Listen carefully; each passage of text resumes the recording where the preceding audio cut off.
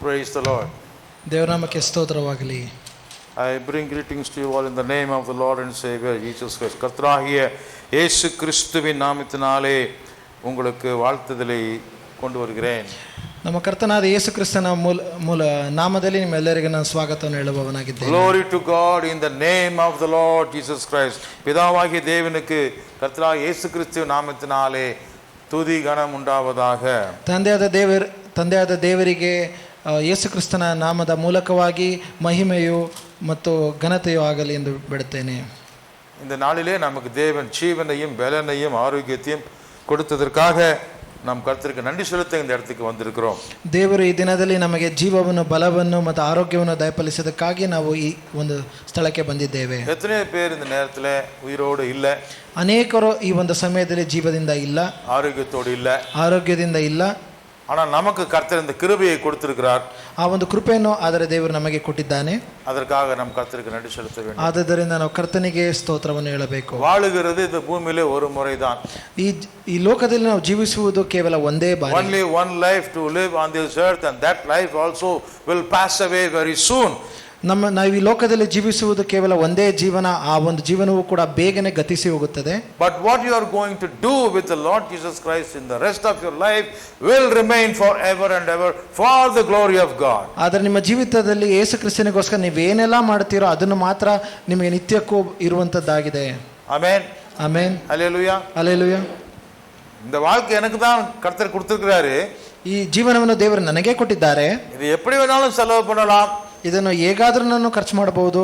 But there are people who are dedicated their lives to glorify God. ಆದರೆ ಜನರಿದ್ದಾರೆ, ಅವರು ತನ್ನ ಜೀವಿತವನ್ನು ದೇವರ ಒಂದು ನಾಮದ ಮಹಿಮೆಗೋಸ್ಕರವೇ ಅರ್ಪಿಸಿಕೊಂಡಿದ್ದಾರೆ. They want to glorify God. ಅವರು ದೇವರನ್ನು ಮಹಿಮೆ ಪಡಿಸಲೆಂದೇ ಇದ್ದಾರೆ. For that purpose they will eat, then they will work, they will travel, and they do everything in order to bring glory to God.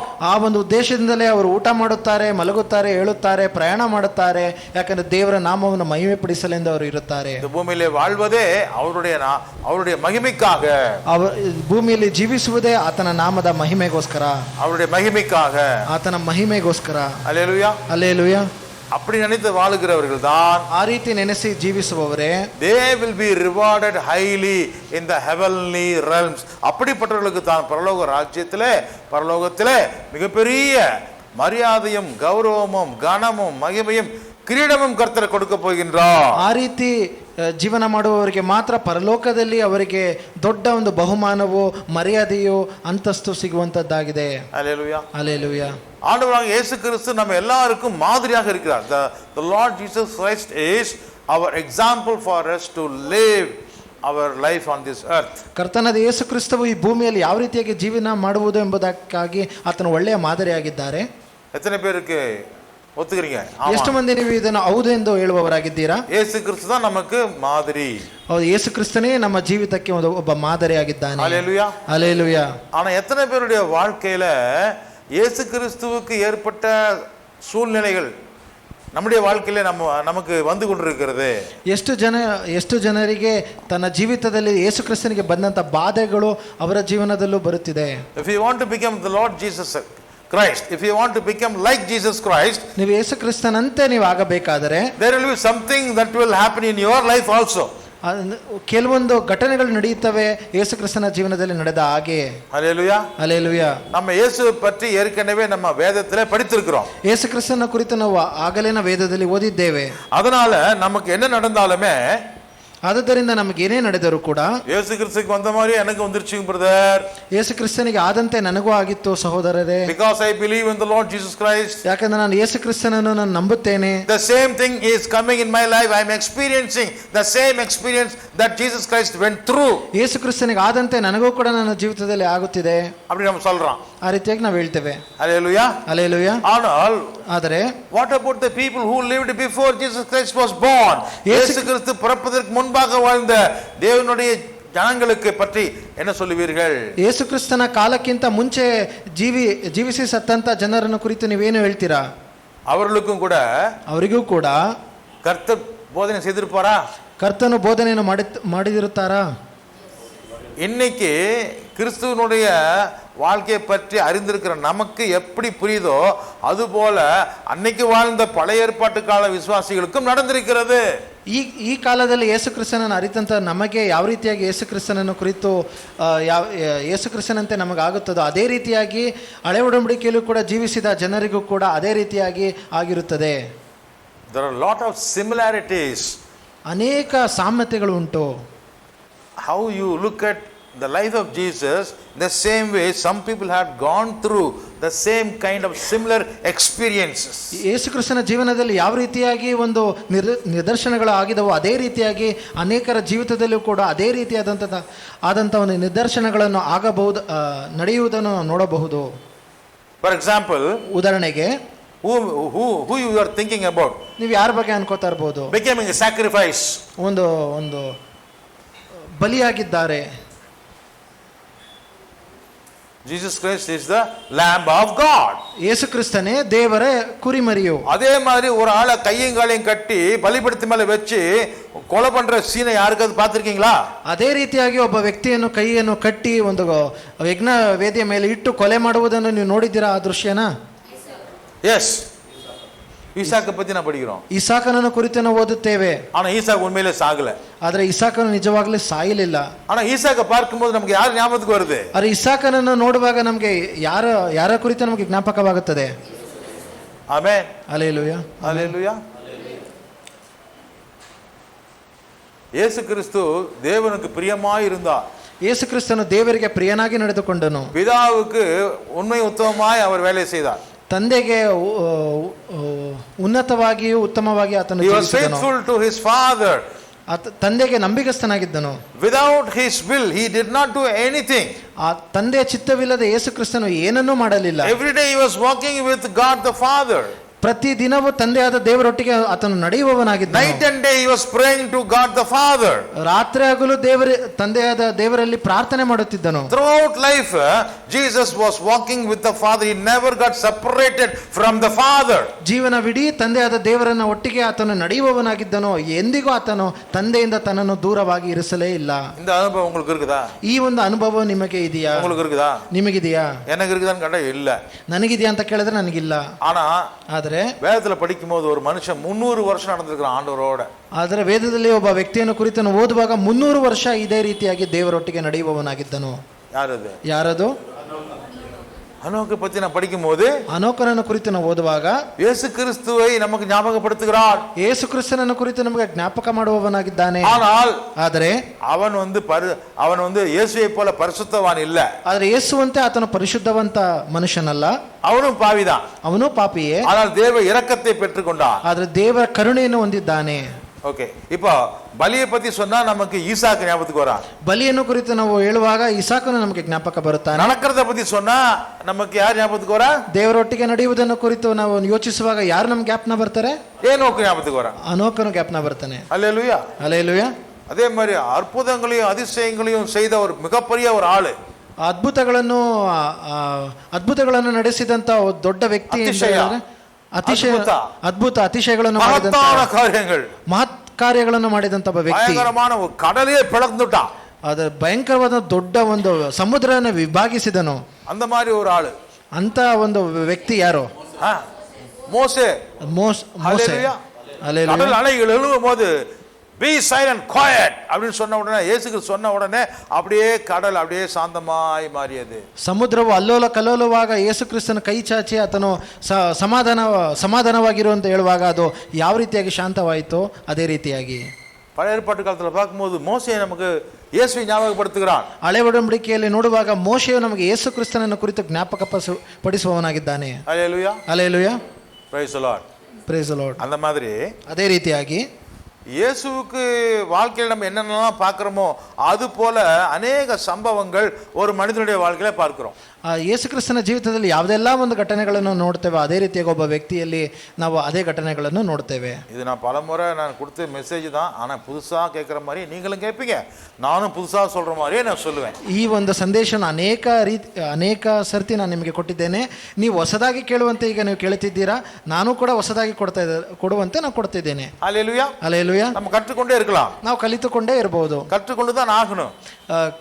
ಕಲಿಯುವವರೇ ಆಗಬೇಕು. அல்லேலூயா. Alleluia. We have to learn at any stage of our life. ನಮ್ಮ ಜೀವನದಲ್ಲಿ ಯಾವುದೇ ಒಂದು ಹಂತದಲ್ಲಿ ಕೂಡ ನಾವು ಕಲಿಯುವವರೇ ಆಗಿರಬೇಕು. There are some few new souls, new people, young people are born, and for their benefit, for their advantage, I am preaching it again. ಇಲ್ಲಿ ಅನೇಕ ಹೊಸ ಆತ್ಮಗಳುಂಟು, ಯವನಸ್ಥರಿದ್ದಾರೆ, ಮಕ್ಕಳಿದ್ದಾರೆ, ಅವರೆಲ್ಲರ ಪ್ರಯೋಜನಕ್ಕೋಸ್ಕರ ನಾನು ಮತ್ತೆ ಈ ಸಂದೇಶವನ್ನು ಪುನಃ ನೀಡುವವನಾಗಿದ್ದೇನೆ. The most of the similarities that is found in Jesus is also found in one person. His name is called Joseph. ನಾವು ಯೇಸು ಕ್ರಿಸ್ತನ ಜೀವಿತದಲ್ಲಿ ನಡೆದಂಥ ಒಂದು ಘಟನೆಗಳನ್ನು ಅದೇ ರೀತಿಯಾಗಿ ಇನ್ನೊಬ್ಬ ವ್ಯಕ್ತಿಯಲ್ಲಿ ಈ ಅದೇ ಘಟನೆಗಳು ನಡೀತದೆ. ಆ ವ್ಯಕ್ತಿ ಯಾರು ಅಂತ ಹೇಳಿದ್ರೆ ಆ ವ್ಯಕ್ತಿ ಹೆಸರೇ ಯೋಸೇಫನು. ಆಮೆನ್. ಆಮೆನ್. அல்லேலூயா சொல்லுங்களா? அல்லேலூயா ಹೇಳುವ. ಅಯ್ಯಯ್ಯೋ. ಅಯ್ಯಯ್ಯೋ. அல்லேலூயா. அல்லேಲೂಯಾ. ಕರ್ತನಿಗೆ ಸ್ತೋತ್ರ. ಕರ್ತನಿಗೆ ಸ್ತೋತ್ರವಾಗಲಿ. ಆದಿಯಾಗಮ 37 ಆದಿಕಾಂಡ 37 ವಚನ 1-2 ವಾಕ್ಯ 1-2. Jacob lived in the land where his father had stayed. His mic is not on. The land. Hello sollu. Hello. Okay. The land of Canaan. This is the account of Canaan. This is the account of Jacob. Joseph, a young man of 17, was tending the flocks with his brothers. The son of Thank you. Joseph, a young man of 17 years old. ಯಾಕೋಬನು ಒಬ್ಬ 17 ವರ್ಷದ ಒಬ್ಬ ಯವನಸ್ಥನು. What kind of job he was doing? ಯಾವ ರೀತಿಯಾದಂಥ ಕೆಲಸ ಮಾಡುತ್ತಿದ್ದನು? What was his profession? ಅವನ ಒಂದು ಕೆಲಸವೇನು? Shepherd. ಕುರಿ ಕಾಯುವವನು. He was taking care of the sheep of his father along with his brothers. ಅವನು ತನ್ನ ತಂದೆಯ ಕುರಿಗಳನ್ನು ತನ್ನ ಅಣ್ಣಂದಿರೊಟ್ಟಿಗೆ ಅವನು ನೋಡಿಕೊಳ್ಳುವವನಾಗಿದ್ದಾನೆ. The same thing is claimed by the Lord Jesus Christ. ಯೇಸು ಕ್ರಿಸ್ತನಿಗೂ ಕೂಡ ಅದೇ ರೀತಿಯಾಗಿ ಹೇಳುವುದುಂಟು. யோவான் சுவிசேஷம் 10ஆம் அதிகாரம், ಯೋಹಾನನು ಬರೆದ ಸುವಾರ್ತೆ 10ನೇ ಅಧ್ಯಾಯ 10 மற்றும் 11. 10 ಮತ್ತು 11. The thief comes only to steal and kill and destroy. I have come that they may have life and have it to the full. I am the good shepherd. The good shepherd lays down his life for the sheep. திருடன் திருடவும் கொல்லவும் அழிக்கவும் வருகிறானே அன்றி வேற ஒன்றுக்கும் வரான். நானோ அந்த ஆடுகளுக்கு ஜீவன் உண்டாயிருக்கவும் அந்த ஆடுகள் பரிபூர்ணம் அடையும் வந்தேன். நானே நல்ல மேய்ப்பன் தன் ஆடுகளுக்காக ತನ್ನ ಜೀವನೆಯನ್ನು ಕೊಡುಕಿಂದ್ರಾನ್. ಕಳ್ಳನು ಕದ್ದುಕೊಳ್ಳುವುದಕ್ಕೂ ಕೊಯ್ಯುವುದಕ್ಕೂ ಹಾಳು ಮಾಡುವುದಕ್ಕೂ ಬರುತ್ತಾನೆ ಹೊರತು ಮತ್ತಾವುದಕ್ಕೂ ಬರುವುದಿಲ್ಲ. ನಾನಾದರೋ ಅವುಗಳಿಗೆ ಜೀವವು ಇರಬೇಕೆಂತಲೂ ಅದು ಸಮೃದ್ಧಿಯಾಗಿ ಇರಬೇಕೆಂತಲೂ ಬಂದೆನು. Joseph was a shepherd. ಯೋಸೆಫನು ಯಾಕೋಬನು ಒಬ್ಬ ಕುರಿ ಕಾಯುವವನಾಗಿದ್ದನು. And he was looking after the brothers also, what they are doing, how they are shepherding their sheep. ಅವನು ತನ್ನ ಅಣ್ಣಂದಿರನ್ನು ಕೂಡ ನೋಡಿಕೊಳ್ಳುವವನಾಗಿದ್ದನು, ಯಾವ ರೀತಿಯಾಗಿ ಕುರಿಗಳನ್ನು ಅವರು ನೋಡ್ಕೊಳ್ತಾರೆ ಎಂಬುದಾಗಿ. The second part of verse 2, can you read Genesis chapter 37? ಮೊದಲನೇ ವಾಕ್ಯದ ಎರಡನೇ ಭಾಗವನ್ನು ಓದುವ. ಎರಡನೇ ವಾಕ್ಯದಲ್ಲಿ ಎರಡನೇ ಭಾಗ. Joseph, a young man of 17. Second part of the second verse. Okay. The sons of Bilhah and the sons of Zilpah, his father's wives, and he brought their father a bad report about them. யாக்கோபு சந்ததியின் வரலாறு. யோசேப்பு 17 வயதிலே தன் சகோதரனுடைய ஆடுகளை மேய்த்து கொண்டிருந்தான். அந்த இளைஞன் பில்கால் சில்பால் என்னும் தன் தகப்பனுடைய மறுமனையாட்டிகளின் குமாரரோடு இருந்து அவர்களுடைய துன்மார்க்கத்தை தன் தகப்பனுக்கு சொல்லி வருவான். ಯೋಸೆಫನು 17 ವರ್ಷದವನಾಗಿ ಇನ್ನೂ ಹುಡುಗನಾಗಿದ್ದು ತನ್ನ ಅಣ್ಣಂದಿರ ಜೊತೆಯಲ್ಲಿ, ಅಂದರೆ ತನ್ನ ಮಲತಾಯಿಗಳಾದ ಬಿಲ್ಹಾ ಜಿಲ್ಪಾ ಎಂಬವರ ಮಕ್ಕಳ ಜೊತೆಯಲ್ಲಿ ಆಡು ಕುರಿಗಳನ್ನು ಮೇಯಿಸುತ್ತಿದ್ದನು. ಅವರು ಏನಾದರೂ ಕೆಟ್ಟ ಕೆಲಸ ಮಾಡುವಾಗ ಅವನು ತಂದೆಗೆ ತಿಳಿಸುತ್ತಿದ್ದನು. யோசேப்பு தன்னுடைய சகோதரர்களோட அவன் வாழ்ந்தாலும் ಯೋಸೇಫನು ತನ್ನ ಸಹೋದರರೊಟ್ಟಿಗೆ ಅವನು ಜೀವನ ಮಾಡುತ್ತಿದ್ದರು. அவங்கெல்லாம் சேர்ந்து ஒரு கெட்ட வேலையை பண்ணும் பொழுது, துன்மார்க்கத்தனமான ஒரு வேலையை செய்யும் பொழுது, ಅವರೆಲ್ಲರೂ ಸೇರಿ ಒಂದು ಕೆಟ್ಟ ಕೆಲಸವನ್ನು ಮಾಡುವಾಗ யோசேப்பு அவங்க கூட சேர்ந்து, நானும் உங்க கூட சேர்ந்து அதுல பாகமா நான் இருக்கிறேன்னு சொல்லி அவன் குற்றங்களை, பாவத்தை, துன்மார்க்கத்தை செய்யவில்லை. ಅವನು ಕೂಡ ಆ ಒಂದು ಕೆಟ್ಟ ಕೆಲಸದೊಳಗೆ ಸೇರಿ ನಾನು ಕೂಡ ಭಾಗವಾಗಿರುತ್ತೇನೆ ಎಂಬುದಾಗಿ ಅವನು ಆ ಕೆಟ್ಟ ಕೆಲಸಗಳನ್ನು ಮಾಡುವವನಾಗಿರಲಿಲ್ಲ. அங்க நடக்கக்கூடிய காரியங்களை குறித்து தன்னுடைய அப்பாவுக்கு அவன் ரிப்போர்ட் பண்ணிக்கொண்டே இருந்தான். ತನ್ನ ಅಣ್ಣಂದಿರು ಮಾಡುತ್ತಿರುವ ಎಲ್ಲಾ ಕೆಟ್ಟ ಕೆಲಸವನ್ನು ಕುರಿತು ತನ್ನ ತಂದೆಗೆ ಅವನು ಹೇಳುವವನಾಗಿದ್ದನು. அப்படி என்ன அர்த்தம்? ಅಂದ್ರೆ ಏನರ್ಥ? Even though he was living among the sinful brothers, he did not commit sin, but he was communicating to his father. ಅವನು ತನ್ನ ಸಹೋದರರೊಟ್ಟಿಗೆ ಇದ್ದರೂ ಕೂಡ ಅವರು ತಪ್ಪು ಮಾಡುವವರಾಗಿದ್ದರೂ ಕೂಡ ಅವರ ಜೊತೆ ಸೇರಿ ಇವನು ತಪ್ಪು ಮಾಡುವವನಾಗಿರಲಿಲ್ಲ. ತನ್ನ ತಂದೆಯ ಬಳಿಯಲ್ಲಿ ಆತನು ಮಾತಾಡುವವನಾಗಿದ್ದನು. Jesus was the same. ಯೇಸು அப்படித்தான் இருந்தார். ಯೇಸು ಕ್ರಿಸ್ತನು ಕೂಡ ಅದೇ ರೀತಿಯಾಗಿದ್ದನು. அவர் எந்த ஜனங்களோட கூட வாழ்ந்து கொண்டிருந்தார்? ಅವರು ಎಂತ ಜನರ ಒಟ್ಟಿಗೆ ಬಾಳುತ್ತಿದ್ದನು? ஒருத்தனாவது நீதிமான் இருந்தானா? ಯಾರಾದರೂ ನೀತಿವಂತರಿದ್ರಾ? பொய் பேசாத உண்மையே பேசுற ஆளுங்க ಅವರು ಕೂಡ இருந்தாங்களா? ಸುಳ್ಳೇ ಮಾತಾಡದೆ ಯಾವಾಗಲೂ ಸತ್ಯವನ್ನೇ ಮಾತಾಡುವ ವ್ಯಕ್ತಿ ಯಾರಾದರೂ ಇದ್ರಾ ಆ ಕಾಲದಲ್ಲಿ? ಅವ್ರ ಜೊತೆ நீதியா வாழ்ந்தவங்க யாராவது இருந்தாங்களா? ನೀತಿವಂತರಾಗಿಯೇ ಜೀವಿಸುವವರು ಯಾರು ಇದ್ರಾ? நீதியா வாழ்ந்தன்னு சொல்லுகிற பொய்காரங்க இருக்கிறாங்க. ನೀತಿಯಾಗೇ ಜೀವಿಸುತ್ತಿದ್ದೇನೆ ಎಂದು ಹೇಳಿಕೊಳ್ಳುವಂತ ಸುಳ್ಳುಗಾರರಿದ್ದರು. அந்த பாவம் செய்கிற ஜனங்களுக்கு மத்தியிலே இயேசு இருந்தார். ಆ ಪಾಪವನ್ನು ಮಾಡುವ ಜನರ ಮಧ್ಯದಲ್ಲಿ ಯೇಸು ಕ್ರಿಸ್ತನಿದ್ದನು. ಆದರೂ பிதாவோடு கூட அவர் பிரார்த்தனை பண்ணிக்கிட்டே இருந்தார். ಆದರೂ ತಂದೆ ಒಟ್ಟಿಗೆ ಆತನು ಪ್ರಾರ್ಥನೆ ಮಾಡುತ್ತಲೇ ಇದ್ದನು. ವಾಸಿಯುங்கள். ಓದುವ ಲೂಕ್ ಚಾಪ್ಟರ್ 6 verse 12. ಲೂಕನ ಬರೆದ ಸುವಾರ್ತೆ 6ನೇ ಅಧ್ಯಾಯ 12ನೇ ವಚನ. ಆ ದಿವಸಗಳಲ್ಲಿ ಆತನು ಪ್ರಾರ್ಥನೆ ಮಾಡುವುದಕ್ಕಾಗಿ ಬೆಟ್ಟಕ್ಕೆ ಹೋಗಿ ರಾತ್ರಿಯನ್ನೆಲ್ಲ ಪ್ರಾರ್ಥನೆಯಲ್ಲೇ ಕಳೆದನು. One of those days, Jesus went out to a mountainside to pray and spent the night praying to God. उन दिनों मैं वह पहाड़ पर प्रार्थना करने गया और परमेश्वर से प्रार्थना करने में सारी रात बिताई. அந்நாட்களிலே அவர் ஜெபம் பண்ணும்படி ஒரு மலையின் மேல் ஏறி ராம் முழுவதும் தேவனை நோக்கி ஜெபம் பண்ணி கொண்டிருந்தார். He was spending the time, the precious time of sleeping hours. Jesus spent with his father praying for these sinful people. ಯೇಸು ಕ್ರಿಸ್ತನ ಅಮೂಲ್ಯವಾದಂಥ ಮಲಗುವ ಒಂದು ವಿಶ್ರಾಂತಿಯ ಒಂದು ಸಮಯವನ್ನು ತನ್ನ ತಂದೆಯ ಬಳಿಯಲ್ಲಿ ಅವನು ಈ ಒಂದು ಸುತ್ತಲಿರುವ ಪಾಪಿಗಳಿಗೋಸ್ಕರ ಪ್ರಾರ್ಥನೆ ಮಾಡಿ ಕಳೆಯುವವನಾಗಿದ್ದನು. Why he wanted to pray to the Father? ಯಾಕೆ ತಂದೆಯ ಬಳಿಯಲ್ಲಿ ಆತನು ಪ್ರಾರ್ಥನೆ ಮಾಡಬೇಕಾಗಿತ್ತು? For whom he was praying? ಯಾರಿಗೋಸ್ಕರ ಆತನು ಪ್ರಾರ್ಥನೆ ಮಾಡಬೇಕಾಗಿತ್ತು? He saw the people everywhere is sinful, lying, stealing and bad in their nature. ಈ ಸುತ್ತಮುತ್ತಲಿರುವ ಜನರನ್ನು ಯೇಸು ಕ್ರಿಸ್ತನು ನೋಡುವಾಗ ಅವರು ಪಾಪಿಗಳಾಗಿ ಸುಳ್ಳು ಹೇಳುವವರು, ಮೋಸ ಮಾಡುವವರಾಗಿಯೇ ಇದ್ದರು. Jesus had to die for these people.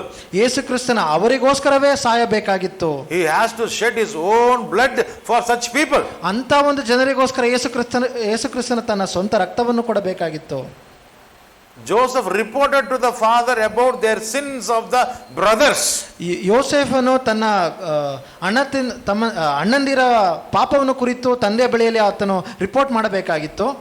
In another way he was complaining to the father.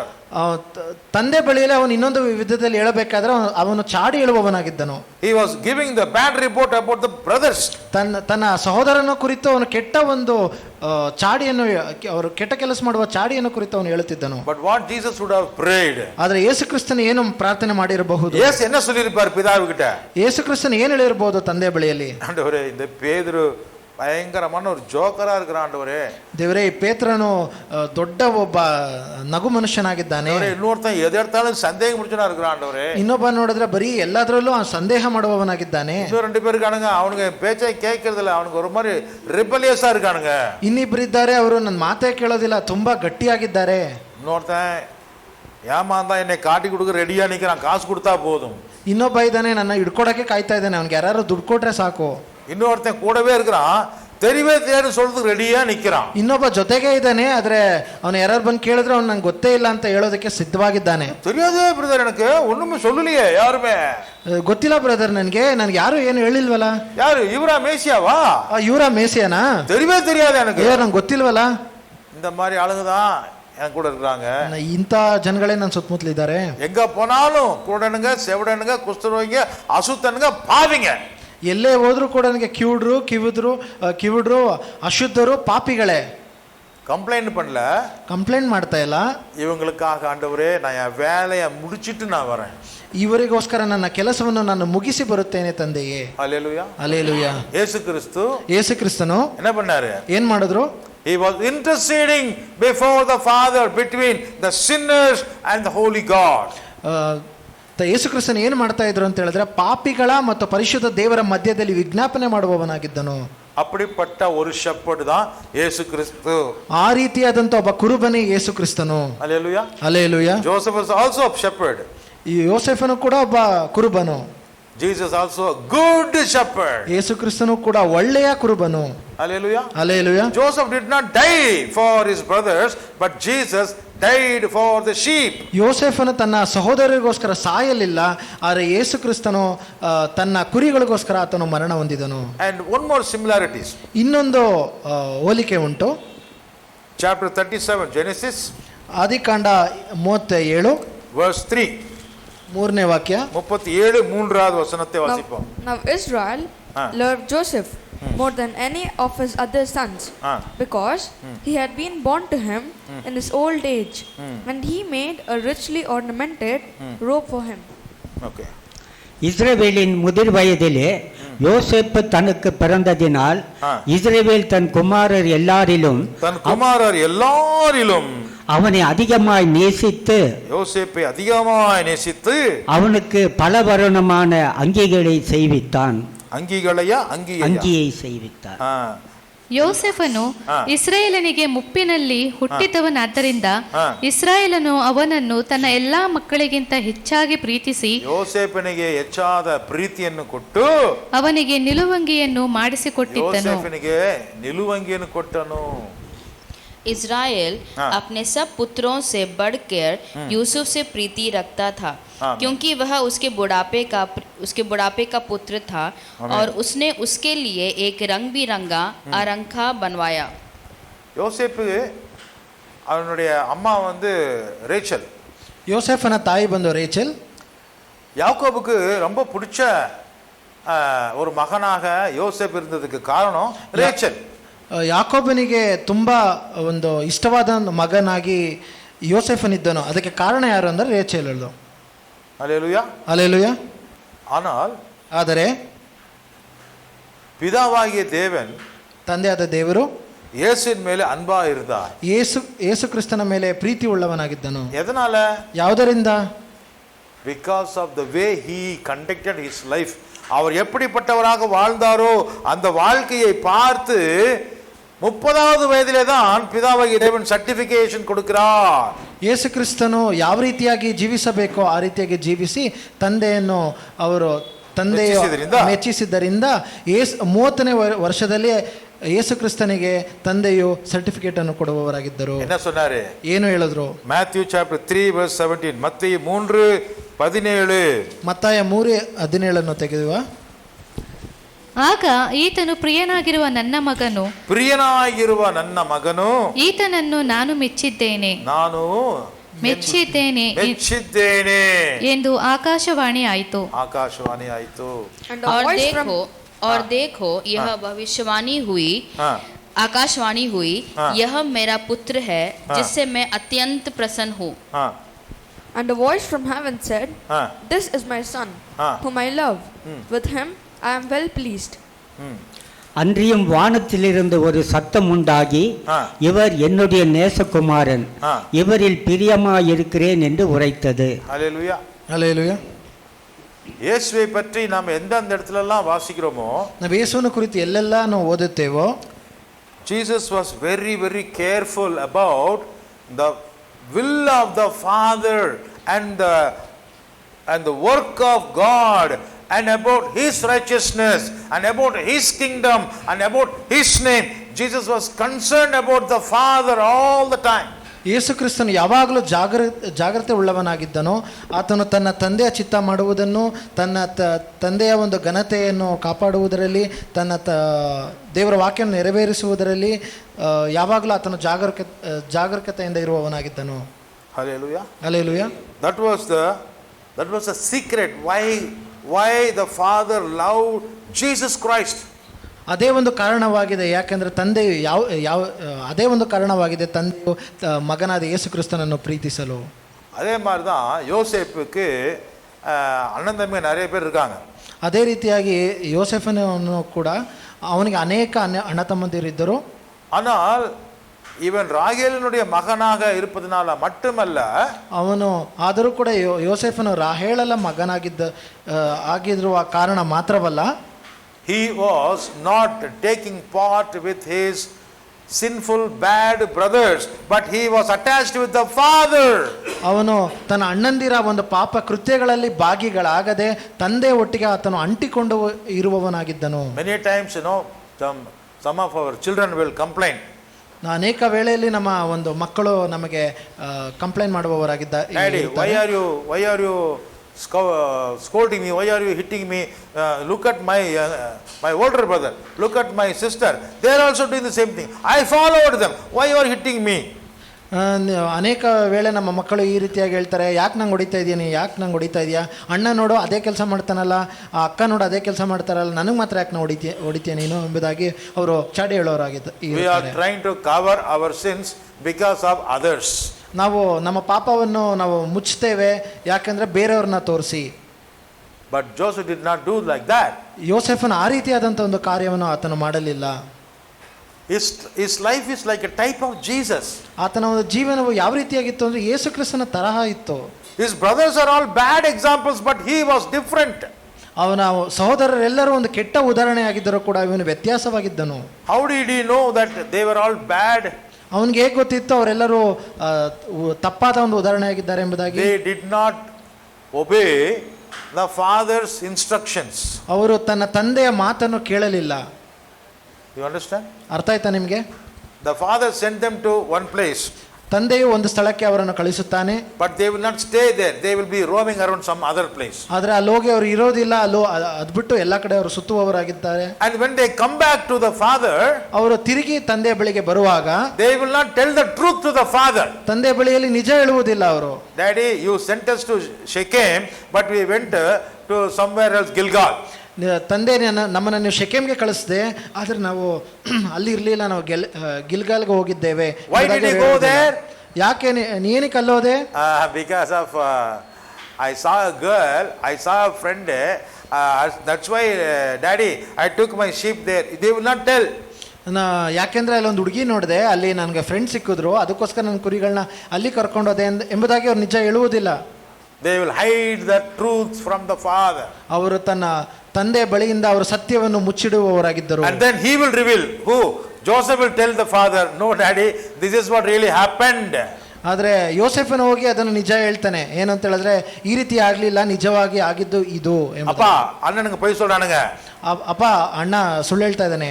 இதெல்லாம் இவனுக்கு இந்த மாதிரி பண்ணிருக்கானுங்க, இதுதான் உண்மையான காரணம். ನೋಡಿ ಅಣ್ಣ ಇದೆಲ್ಲ ಕೆಲಸ ಮಾಡಿದ್ದಾರೆ, ಕಾರಣ ಇದೆ ಅಣ್ಣನಿಗೆ. ಅಣ್ಣಂದಿರು ಅಣ್ಣಂದಿರು ಈ ರೀತಿ ಮಾಡಿದ್ದಾರೆ, ಅದಕ್ಕೆ ಕಾರಣ ಇದು. அவன் பேச்சை கேட்டு இவன் செஞ்சான், இவன் பேச்சை கேட்டு அவன் செஞ்சான், எல்லாரும் இப்படி தப்பா போயிட்டானுங்க. அவன் ಮಾತು ಕೇಳಿ ಇವನ್ ಹಿಂಗ್ ಮಾಡ್ದ, ಇವನ್ ಮಾತು ಕೇಳಿ ಅವನ್ ಹೆಂಗೆ ಹೇಳಿದ್ರು, ಒಟ್ಟಲ್ಲಿ ಎಲ್ಲರೂ ತಪ್ಪಾಗಿ ಮಾಡಿದ್ರು. அதை சொல்றது நான் உங்ககிட்ட வந்தேன். ಇದನ್ನ ಹೇಳಕ್ಕೆ ನಾನು ನಿಮ್ಮ ಹತ್ರ ಬಂದೆ. So Joseph was not attached with this bad company of the bad brothers, but he was attached with the father. ಯೋಸೆಫನು ತನ್ನ ಜೊತೆಗಾರರಾದಂಥ ತಪ್ಪಾದ ಒಂದು ಜೊತೆಗಾರರಾದಂಥ ಅಣ್ಣಂದಿರೊಟ್ಟಿಗೆ ಸೇರಲಿಲ್ಲ, ಆತನು ತಂದೆಯ ಒಟ್ಟಿಗೆ ಸೇರುವವನಾಗಿದ್ದನು. How many of you want to live like Joseph? ಯಾವ ರೀತಿ ಯೋಸೆಫನಂತೆ ಜೀವಿಸಲು ನಿಮಗೆ ಎಷ್ಟು ಮಂದಿಗೆ ನಿಮಗೆ ಇಷ್ಟ ಇದೆ? தூங்குறவனை எழுப்பிடுங்க. மல்கிறவர்னை எதோல்சி. அல்லேலூயா. அல்லேலூயா. எத்தனை பேர் எல்லாரும் போற மாதிரி தான் பாஸ்டர் நானும் கெட்டு போயிடுவேன். எல்லாரும் ಹೋಗೋ ರೀತಿನೇ ಕೂಡ ಪಾಸ್ಟರ್ ನಾನು ಕೂಡ ಕೆಟ್ಟೋಗ್ತೀನಿ. அப்படி போனீங்கன்னா நீங்க இயேசு மாதிரி இல்லைன்னு அர்த்தம். ಆ ರೀತಿ ನೀವು ಮಾಡುವವರಾಗಿದ್ರೆ ನೀವು ಯೇಸುವಂತೆ ಇಲ್ಲ ಎಂಬುದಾಗಿ. ಯೇಸು மாதிரி நீங்க இருக்கணும்னா, ಯೇಸುವಂತೆ ನೀವು ಇರಬೇಕು ಅಂದ್ರೆ நீங்க யோசேப்பாட்டா இருக்கணும். ನೀವು ಯೋಸೆಫನಂತೆ ಮಾಡಬೇಕು. அல்லேலூயா. அல்லேலூயா. எல்லாரும் போறவங்க நானும் போறேன், என்ன மட்டும் கேக்குறீங்க? ಎಲ್ಲರೂ ಹೋಗ್ತಾರೆ, ನಾನು ಹೋಗ್ತೀನಿ, ನನ್ನ ಮಾತ್ರ ಯಾಕೆ ಹೇಳ್ತೀರಾ ನೀವು? Jesus did not wait for the father to inquire what happened, but he was giving report every day, every night in prayer. பிதாவிடத்துல பிதா இயேசு என்னாச்சு நேத்து அப்படின்னு கேட்கவே இல்லை. கேட்கறதுக்கு முன்னாடியே இயேசுவே போய் பிதாவுக்கிட்ட ரிப்போர்ட் கொடுத்துட்டே இருக்கிறாரு, ஜெபிச்சுக்கிட்டே இருக்கிறார். ಈ ತಂದೆಯು ಬಂದು ಮಗನ ಬಳಿ ನೆನೆ ಏನಾಯಿತು ಎಂಬುದಾಗಿ ಕೇಳುವ ಒಂದು ಅಗತ್ಯವೇ ಇರಲಿಲ್ಲ. ಯಾಕೆ ಅಂತ ಹೇಳಿದ್ರೆ ಅದಕ್ಕಿಂತ ಮುನ್ನವೇ ಯೇಸು ಕ್ರಿಸ್ತು ಪ್ರತಿಯೊಂದು ಕುರಿತು ತಂದೆ ಬಳಿಯಲ್ಲಿ ಅವನು report ಕೊಡುವವನಾಗಿದ್ದನು. Hallelujah. Hallelujah. The attachment with the father. ತಂದೆ ಒಟ್ಟಿಗೆ ಇರುವಂತಹ ಒಂದು ನಿಕಟವು. Hallelujah. Hallelujah. Joseph lived with his father. ಯೋಸೇಫನು ತಂದೆ ಒಟ್ಟಿಗೆ ಅವನು ಜೀವಿಸುವವನಾಗಿದ್ದನು. In honor before going down to Egypt. அதாவது யோசேப்பு அப்பாவோட அவ்வளவு நெருக்கமாக வாழ்ந்தான். யோசேஃபನ ತಂದೆ ಒಟ್ಟಿಗೆ ಅಷ್ಟು ನಿಕಟವಾಗಿ ಅವನು ಜೀವಿಸುವವನಾಗಿದ್ದನು. அவர்கள் எகிப்துக்கு போவதற்கு முன்பதாக யோசேப்பும் அவங்க அப்பாவும் அவ்வளவு க்ளோஸா இருந்தாங்க. ಯೋಸೇಫನ ಐಗುಪ್ತಕ್ಕೆ ಹೋಗುವ ಮೊದಲು ತಂದೆ ಬಳಿಯಲ್ಲಿ ಅಷ್ಟು ಒಂದು ನಿಕಟವಾಗಿ ಇರುವವರಾಗಿದ್ದರು. ஆதியாகமம் 37 ಆದಿಕಾಂಡ 37 ವಚನಗಳು ವಾಕ್ಯಗಳು 2, 3, 4. 2, 3, 4.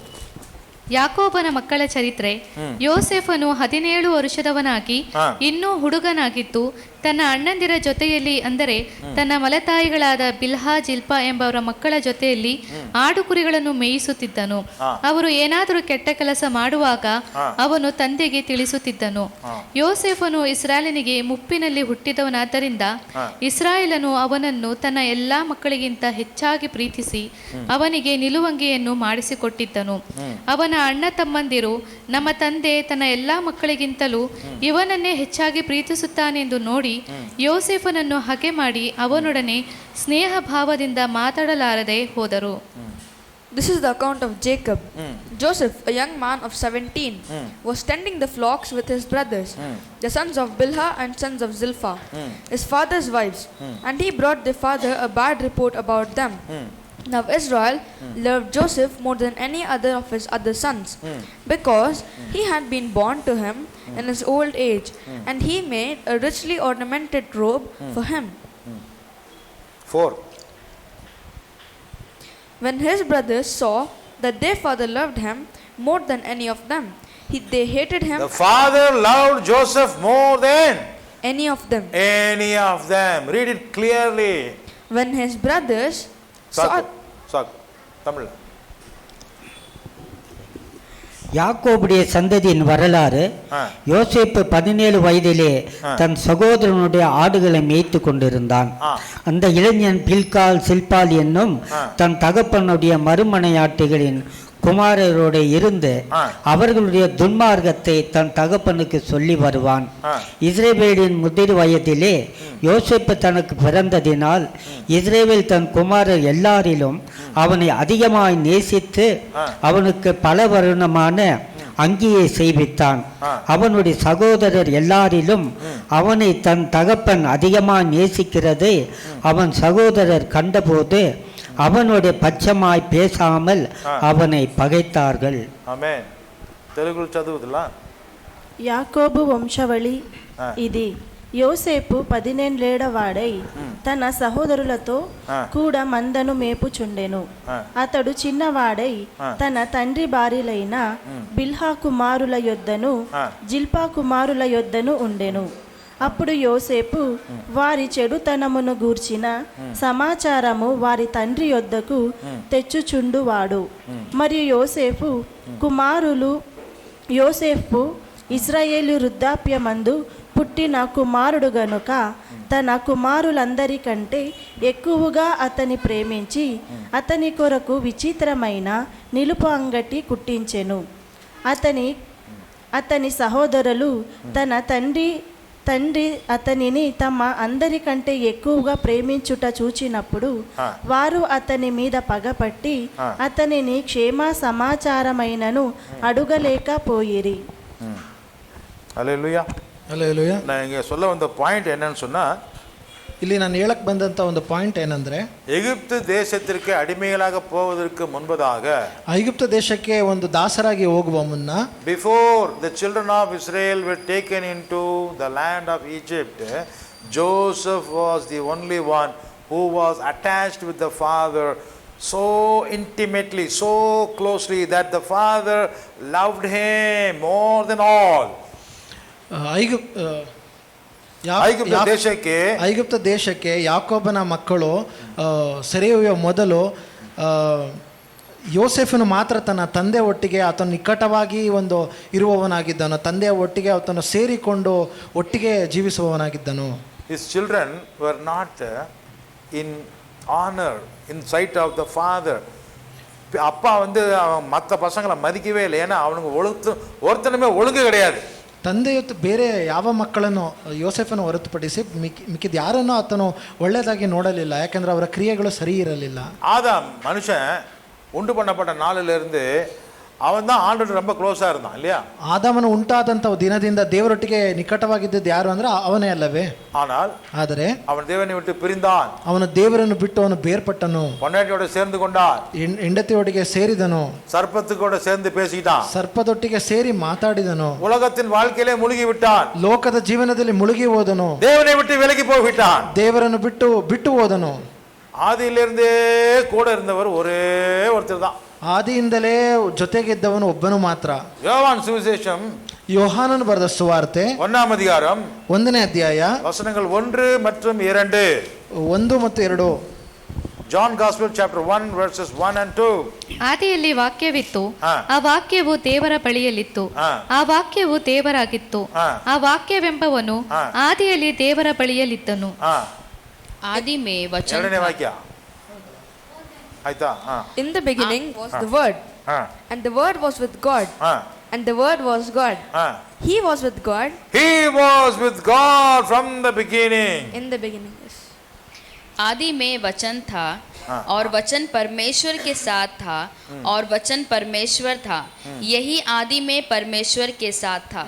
आमेन. आदि में परमेश्वर का वचन था. हालेलुया. ಹಲ್ಲೆಲೂಯಾ. ಏಯ್ ಮೈಕೆ ಕುಡ್ರಾ ವಾಸಿಗಿಟ್ಟು. ఆది యందు వాక్యముండెను, వాక్యము దేవుని యొద్ద ఉండెను, వాక్యము దేవుడై ఉండెను, ఆయన ఆది యందు దేవుని యొద్ద ఉండెను, సమస్తము ఆయన మూలముగా కలిగెను. ಎರಡನೇ ವಾಕ್ಯ ಚಾಕು. ஆதியிலே வார்த்தை இருந்தது, அந்த வார்த்தை தேவனிடத்தில் இருந்தது, அந்த வார்த்தை தேவனாய் இருந்தது, அவர் ஆதியிலே தேவனோடு இருந்தார். ஹல்லேலூயா.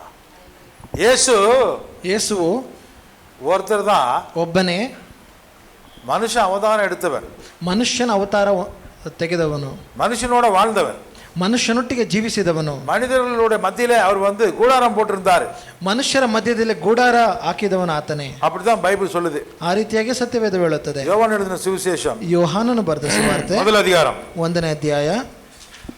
அவர் பூமிக்கு வந்தார், ಅವರು ಭೂಮಿಗೆ ಬಂದನು, மனிதர்களோடு தங்கி இருந்தார், ಮನುಷ್ಯರೊಟ್ಟಿಗೆ ಆತನು ಇಳುಕೊಂಡಿದ್ದನು. அதை வந்து எபிரேய பாஷையிலையும் ಗ್ರೀಕ್ಲಿಯೇ படிச்சாக்கா, ಅದನ್ನು ಇಬ್ರು ಅಲ್ಲಿ ಅಥವಾ ಈ ಗ್ರೀಕಲ್ಲಿ ಓದುವಾಗ அவர் என்ன செய்தாராம், ಅವರು ಏನು ಮಾಡಿದರು ಎಂದು ಹೇಳುತ್ತದೆ. மனிதர்களுக்கு மத்தியிலே வந்து அவர் டேபர்னகல் போட்டுட்டு அங்க வாழ்ந்தாராம்.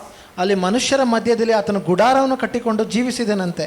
அதை வந்து மொழிபெயர்க்கும் போது அவங்க அப்படி போடல, ಅದನ್ನು ಭಾಷಾಂತರ ಮಾಡುವಾಗ ಅವರು ಅದೇ ರೀತಿಯಾಗಿ ಹೇಳಲಿಲ್ಲ. அவங்க என்ன பண்ணிருக்காங்க, நமக்குள்ளே வாசம் பண்ணினார்னு போட்டிருக்காங்க. ಅವರು ನಮ್ಮೊಳಗೆ ಜೀವಿಸಿದನು ಎಂಬುದಾಗಿ ಹೇಳಿದ್ದಾರೆ. அதை வந்து மொழிபெயர்த்தால் கரெக்டா மொழிபெயர்த்தா ಅದನ್ನು ಸರಿಯಾಗಿ ಭಾಷಾಂತರ ಮಾಡಿದರೆ அவர் நம்ம மத்தியில ನಮ್ಮ ಗುಡಾರங்களுக்கு ಮಧ್ಯೆ ಅವரும் கூடாரம் போட்டார்னு சொல்லி, ನಮ್ಮ ಗುಡಾರಗಳ ಮಧ್ಯದಲ್ಲಿ ಆತನೂ ಕೂಡ ಗುಡಾರವನ್ನು ಹಾಕಿದನು ಎಂಬುದಾಗಿ ಯೋಹಾನನು ಬರೆದ ಸುವಾರ್ತೆ 1 அதிகாரம் 1ನೇ ಅಧ್ಯಾಯ 14வது ವಚனம் 14ನೇ ವಾಕ್ಯ. The word became flesh and made his dwelling among us. He made his dwelling among us. We have seen his glory. We have seen his glory. The glory of the one and only. The glory of the only one. Who came from the Father. Who came from the Father. Full of grace and truth. Full of grace and truth. ಆ ವಾಕ್ಯವೆಂಬವನು ನರಾವತಾರ ಎತ್ತಿ ನಮ್ಮ ಮಧ್ಯದಲ್ಲಿ ವಾಸ ಮಾಡಿದನು. ನಮ್ಮ ಮಧ್ಯದಲ್ಲಿ ನಮ್ಮೊಳಗೆ ವಾಸ ಮಾಡಿದನು. ನಾವು ಆತನ ಮಹಿಮೆಯನ್ನು ನೋಡಿದೆವು. ಆತನ ಮಹಿಮೆಯನ್ನು ಪಾಪ ನೋಡಿಲ್ಲ, ಆತನ ಮಹಿಮೆಯನ್ನು ನೋಡಿದೆವು. ಆ ಮಹಿಮೆಯು ತಂದೆಯ ಬಳಿಯಿಂದ ಬಂದ ತಂದೆ ಹತ್ರ ಇರುವಂತ ಅದೇ ಮಹಿಮೆ, ಅದೇ ಕೃಪೆ ಒಬ್ಬನೇ ಮಗನಿಗೆ ಇರತಕ್ಕ ಮಹಿಮೆ, ಇರತಕ್ಕ ಮಹಿಮೆ, ಆತನು ಕೃಪೆಯಿಂದಲೂ ಆತನ ಕೃಪೆಯಿಂದಲೂ ಸತ್ಯದಿಂದಲೂ ತುಂಬಿದವನಾಗಿದ್ದನು. और वचन देहधारी हुआ हाँ। और अनुग्रह और सच्चाई से परिपूर्ण होकर हाँ। हमारे बीच में डेरा किया। हाँ। और हमने उसकी ऐसी महिमा देखी हाँ। जैसा पिता के इकलौते की महिमा। आमेन। அந்த வார்த்தை மாம்சமாகி கிருபையினாலும் சத்தியத்தினாலும் நிறைந்தவராய் சத்தியத்தினாலும் நிறைந்தவராய் நமக்குள்ளே வாசம் பண்ணினார். நம்ம மத்தியிலே நமக்குள்ளே வாசம் பண்ணினார். அவருடைய மகிமையை கண்டோம். அவருக்கு மகிமை இருந்தது, பாவம் இல்லை, அசுத்தம் இல்லை, மகிமை இருந்தது, அதை கண்டோம். அது பிதாவுக்கு ஒரே பேரானவருடைய மகிமைக்கு ஏற்ற மகிமையாகவே இருந்தது. பிதாவுக்கு ஏற்ற மகிமையாகவே அவர் கூட இருக்கிறவங்களுக்கு மட்டும்தான் அது இருக்கும். அந்த மகிமை அப்படியே இயேசு இடத்திலே பார்த்தோம். ఆ వాక్యము శరీరధారి అయి కృపా సత్య సంపూర్ణుడుగా మన మధ్య నివాసించెను. తండ్రి వలన కలిగిన అద్వితీయ కుమారుని మహిమ వలె మనము ఆయన మహిమమలే కనుగొంటిమి. హల్లెలూయా. பிதாவோடு கூட ತಂದೆ ಒಟ್ಟಿಗೆ பூமியிலே மட்டுமில்ல, ಭೂಮಿಯಲ್ಲಿ ಮಾತ್ರವಲ್ಲ ಆದಿயிலிருந்தே இருந்திருக்கிறார். ಆದಿಯಿಂದಲೇ ಯೇಸು ಕ್ರಿಸ್ತನು ತಂದೆ ಒಟ್ಟಿಗೆ ಇದ್ದನು. ஹல்லேலூயா. ஹல்லேலூயா. நாமெல்லாம் பாதி தூரம் பிசாசோட ஓடி உலகத்தில் உளுந்து பாவத்தில் உட்காந்து விளையாண்டு அப்புறமா நம்ம இங்கே வந்திருக்கிறோம். ನಾವೆಲ್ಲ ಯಾವ ರೀತಿಯಾಗಿದ್ದೇವೆ ಅಂತ ಹೇಳಿದ್ರೆ ಸೈತಾನನೊಟ್ಟಿಗೆ ಓಡಿ ಲೋಕದಲ್ಲಿ ಬಿದ್ದು ಕೆಸರಿನಲ್ಲಿ ಮುಳುಗಿ ನಾವು ಕೊನೆಯಲ್ಲಿ ಇಲ್ಲಿ ಬಂದು ನಾವು ಸೇರಿದ್ದೇವೆ. ஆமேனா இல்லையா? ಆಮೇನಾ ಅಲ್ವಾ? இல்லைப்பா சார், நாங்களாம் அப்போ இருந்தே நாங்களாம் ரொம்ப நீதிமானாக இருக்கோம். சொல்ல கை தூக்குங்க. ನೀವು ಆ ಕಾಲದಿಂದ ನಾವು ನೀತಿವಂತರಾಗಿ ಒಳ್ಳೆಯವರಾಗಿ ಇದ್ದೀರಾ ಎಂಬುದಾಗಿ ಕೈ ಎತ್ತಿ. ಕೈ ತೂಕು, ಕೈ ಹೊಡಿಸಿ ಬಿಡುವರಾಂಡು. ನೀವು ಆ ರೀತಿ ಕೈ ಎತ್ತಿದ್ರೆ ದೇವ್ರು ಕೈ ಎತ್ತು ಬಿಡ್ತಾರೆ. தொடர்ந்தீங்கன்னா வாயிலே அடிப்பார். அப்புறம் நீ ಬಾಯಿ ತೆಗೆದ್ರೆ பேசிட்டு இருக்க கூடாது, ಸುಳ್ಳಾಗಿ ಮಾತಾಡಬಾರದು. நாமெல்லாம் நீதிமானா ஒருத்தரும் எவனுமே வாழல இந்த உலகத்துல. ನಾವು ಯಾರು ಕೂಡ ನೀತಿವಂತರಾಗಿ ಯಾರು ಜೀವನ ಮಾಡಲಿಲ್ಲ. எல்லாம் பொய்காரனுங்க, ಎಲ್ಲ ಸುಳ್ಳುಗಾರರೇ. தேவன் ஒருத்தர் தான் உண்மை. ದೇವರು ಮಾತ್ರ ಸತ್ಯವಂತನು. உண்மை நம்ம சொன்னோம்னா, ನಾವು ನಿಜ ಹೇಳಿದ್ರೆ நமக்கு தகுதியே கிடையாது, ನಮಗೆ ಯೋಗ್ಯತೆನೇ ಇಲ್ಲ. அல்லேலூயா. அல்லேலூயா. நம்ம வாழ்கிறது அவருடைய கிருபையினால. ನಾವು ಜೀವಿಸುತ್ತಿರುವುದು ಆತನ ಕೃಪೆಯಿಂದಲೇ. ಮುಸ್ಲಿಂ வாழ்றதுனால எதனால? ಮುಸ್ಲಿಂ ಬದುಕುವುದು ಯಾವುದರಿಂದ? ಯಾವುದರಿಂದ? ಡೌಟಾ? கிருபையிலன்னா அவனும் செத்து போயிடுவாயா? ಕೃಪೆ ಇಲ್ಲ ಅಂದ್ರೆ ಅವರು ಕೂಡ ಸತ್ತೋಗ್ತಾರೆ. இந்துக்கள் வாழ்றது எதனால? ಹಿಂದೂಗಳು ಬಾಳುವುದು ಯಾವುದರಿಂದ? ரோட்ல போறவங்களாம் செத்துருப்பான், ஆனா உயிரோட இருக்கான. அது காரணம் என்ன? ಅವ್ರು ರೋಡಲ್ಲಿ ಹೋಗುವಾಗಲೇ ಸಾಯ್ಬಹುದು, ಆದ್ರೆ ಅವ್ರು ಇದುವರೆಗೂ ಜೀವನ ಮಾಡ್ತಾ ಇದ್ದಾರೆ. ಯಾರ ಕೃಪೆ? ಗಾಡ್ಸ್ ಗ್ರೇಸ್, ದೇವರ ಕೃಪೆ. அவங்களுக்கு இல்லாத ஒரு எக்ஸ்ட்ரா ஒரு கிரேஸ் நமக்கு ஒன்னே ஒன்று என்னன்னா, ಅವ್ರಿಗೆ ಇಲ್ಲದಂತ ಒಂದು ಎಕ್ಸ್ಟ್ರಾ ಒಂದು ಕೃಪೆ ನಮಗೆ ಮಾತ್ರ ಇದೆ. ಅದೇನು ಅಂತ ಹೇಳಿದ್ರೆ, எறும்புல இருந்து யானை வரைக்கும் எல்லாரும் வாழ்றது கிருபையினாலதான். ಇರುವೆಯಿಂದ ಆನೆಯವರೆಗೂ ಬದುಕುವುದು ಪ್ರತಿಯೊಬ್ಬರು ಕೃಪೆಯಿಂದಲೇ. ஒரு மனுஷன் கூட சொந்த பலத்தினால ஞானத்தினால பரிசுத்தத்தினால வாழவே முடியாது. ಯಾವ ಮನುಷ್ಯನು ಕೂಡ ಸ್ವಂತ ಬಲದಿಂದ ಜ್ಞಾನದಿಂದ ಪರಿಶುದ್ಧವಾಗಿ ಅವನು ಬದುಕಲು ಸಾಧ್ಯವೇ ಇಲ್ಲ. நம்ம எல்லாருமே பாவிகள், பாவம் செய்கிற சுபாவம் நமக்கு இருக்கிறது. ನಾವೆಲ್ಲರೂ ಪಾಪಿಗಳು, ಪಾಪ ಮಾಡುವ ಸ್ವಭಾವ ನಮ್ಮೆಲ್ಲರಲ್ಲಿಯೂ ಇದೆ. நம்ம ಅಡಿ வாங்காம பொழைச்சிட்டு இருக்கிறதுக்கு காரணம், ನಾವು ಏಟನ್ನು ದಂಡನೆಗೆ ಒಳಗಾಗದೆ ಜೀವಿಸುತ್ತಿರುವುದು ಯಾಕೆಂದರೆ, இன்னைக்கு ಉಯಿರೋடு இங்க நிக்கிறதுக்கு காரணம் அவருடைய கிருபை. ನಾವು ಜೀವದಿಂದ ಇಲ್ಲಿ ನಿಂತಿರುವುದು ಆತನ ಕೊಟ್ಟಂತ ಕೃಪೆಯೇ. ஆமாவா இல்லையா? ಹೌದೋ ಅಲ್ವಾ? மற்றவங்களுக்கு இல்லாத ஒரு கிருபை எக்ஸ்ட்ரா ஒன்று நமக்கு என்னன்னா, ನಮ್ಮ ಬೇರೆಯವರಿಗೆ ಸಿಗದಂತ ಕೃಪೆ ನಮಗೆ ಮಾತ್ರ ಸಿಕ್ಕಿದಂತ ಒಂದು ಎಕ್ಸ್ಟ್ರಾ ಒಂದು ಕೃಪೆ ಯಾವುದು ಅಂತ ಹೇಳಿದ್ರೆ, ரட்சிப்பு, ಅದು ರಕ್ಷಣೆಯು. ஹல்லேலூயா. ஹல்லேலூயா. அவரை நம்ம தெரிஞ்சுக்கிட்டு அவர் மேல நம்ம நம்பிக்கை வைக்கிறோமே, அந்த கிருபை. ನಾವು ಅವರನ್ನು ನಾವು ತಿಳಿದುಕೊಂಡು ಆತನ ಮೇಲೆ ನಂಬಿಕೆ ಇಡ್ತೀವಲ್ಲ, ಆ ಒಂದು ಕೃಪೆ.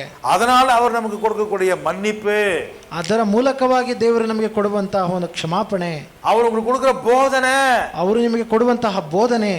இந்துக்களும் வாழ்றது வந்து கிருபையினால தான். ஆனா அவன் போதனை அவன் கேட்கறது இல்ல. ಹಿಂದೂಗಳು ಬದುಕುವುದು ದೇವರ ಕೃಪೆಯಿಂದಲೇ, ಆದರೆ ದೇವರ ಬೋಧನೆಯನ್ನು ಅವರು ಕೇಳುವುದಿಲ್ಲ. நாமளும் பொழைக்கிறது தேவனுடைய கிருபையினால தான். ನಾವು ಬದುಕುವುದು ದೇವರ ಕೃಪೆಯಿಂದಲೇ. ஆனா நமக்கு எக்ஸ்ட்ரா ஒன்று கொடுக்குறாரு. ನಮಗೆ ಒಂದು ಎಕ್ಸ್ಟ್ರಾ ಒಂದು ಸಿಗುತ್ತೆ. என்னது? ಏನದು? வசனம், ವಾಕ್ಯವು. ஹல்லேலூயா. ಹಲ್ಲೇಲೂಯಾ. போதனை, ಬೋಧನೆಯು, மன்னிப்பு, ಕ್ಷಮಾಪಣೆ, ரட்சிப்பு, ರಕ್ಷಣೆಯು, இது நமக்கு ஆண்டவர் கொடுக்கிறார். ಇದನ್ನು ದೇವರು ನಮಗೆ ಕೊಡುತ್ತಾರೆ. தேவனை நம்ம தரிசிக்கிறோம். ನಾವು ದೇವರನ್ನು ನಾವು ಭೇಟಿ ಮಾಡುತ್ತೇವೆ. இயேசுவை நாம் புரிந்து கொள்கிறோம். ಯೇಸುವನ್ನು ನಾವು ಅರ್ಥ ಮಾಡಿಕೊಳ್ಳುತ್ತೇವೆ. இந்த கிருபை அந்த வெளியில இருக்கிறவங்களுக்கு கிடைக்கல. ಈ ಒಂದು ಕೃಪೆಯು ಹೊರಗಿನಿರುವವರಿಗೆ ಅದು ಸಿಗುವುದಿಲ್ಲ. நமக்கு கிடைத்து ಅದು கொண்டிருக்கிறது. ನಮಗೆ ಸಿಗುತ್ತಲೇ ಇದೆ. அதை நான் நம்புறேன். ಅದನ್ನು ನಾನು ನಂಬುತ್ತೇನೆ. நீங்க நம்புறீங்களா? ನೀವು ನಂಬ್ತೀರಾ? ಎಲ್ಲ எழுதி நிற்போமா? ಎಲ್ಲರೂ ಎದ್ದು ನಿಂತುಕೊಳ್ಳುವ. ಇದರ தொடர்ச்சியை நம்ம வாரங்களிலே படிப்போம். ಇದರ ಮುಂದುವರೆದ ಭಾಗವನ್ನು ನಾವು ಬರುವ ವಾರದಲ್ಲಿ ನಾವು அடுத்த வாரத்துல ಬರುವ ವಾರದಲ್ಲಿ ಅಂಕಲ್ ವಿಕ್ಟರ್ ಸಿತರ್ ಅವರು ನಮಗೆ ನೇರವಾಗಿ ನಮ್ಮನ್ನು ಸಂಧಿಸಲು ಬರುತ್ತಾರೆ. அவர் வந்து ஞாயிற்றுக்கிழமையில நமக்கு கர்த்தருடைய செய்தியை கொடுக்க போகின்றார். ಅವರು ಬಂದು ನಮಗೆ ಭಾನುವಾರದಲ್ಲಿ ದೇವರ ವಾಕ್ಯವನ್ನು ನಮಗೆ ಕೊಡಲಿದ್ದಾರೆ. ஹல்லேலூயா. ಹಲ್ಲೆಲೂಯಾ. இன்றைக்கு நமக்கு கர்த்தருடைய பந்தி ஒழுங்கு செய்யப்பட்டிருக்கிறது. ಈ ದಿನದಲ್ಲಿ ನಮಗೆ ಕರ್ತನ ಪಂಕ್ತಿ ಸಿದ್ಧವಾಗಲ್ಪಟ್ಟಿದೆ. இந்த பந்திக்கு பிறகு ಈ ಪಂಕ್ತಿಯ ನಂತರ நமக்கு அன்பின் விருந்து சபையிலே ஒழுங்கு செய்யப்பட்டிருக்கிறது. ಈ ಪ್ರೀತಿಯ ಒಂದು ಔತಣ ಸಭೆಯಲ್ಲಿ ಸಿದ್ಧ ಮಾಡಲ್ಪಟ್ಟಿದೆ. அந்யோன்யத்தில் எல்லாரும் இருக்கிறவங்க, ಅನ್ಯೋನ್ಯತೆಯಲ್ಲಿರುವ ಎಲ್ಲರೂ, சபை விசுவாசிகள், ಸಭೆಯ ವಿಶ್ವಾಸಿಗಳು எல்லாரும் அதில் பங்கெடுக்கும்படி கேட்டுக்கொள்கிறேன். ಎಲ್ಲರೂ ಅದರಲ್ಲಿ ಭಾಗವಹಿಸಬೇಕಾಗಿ ನಿಮ್ಮಲ್ಲಿ ಬೇಡಿಕೊಳ್ಳುತ್ತೇನೆ. நாம் இப்பொழுது கர்த்தருடைய பந்திக்கு கலந்து செல்வோம். ನಾವು ಕರ್ತನ ಪಂಕ್ತಿಯಲ್ಲಿ ನಾವು ಭಾಗವಹಿಸುವ.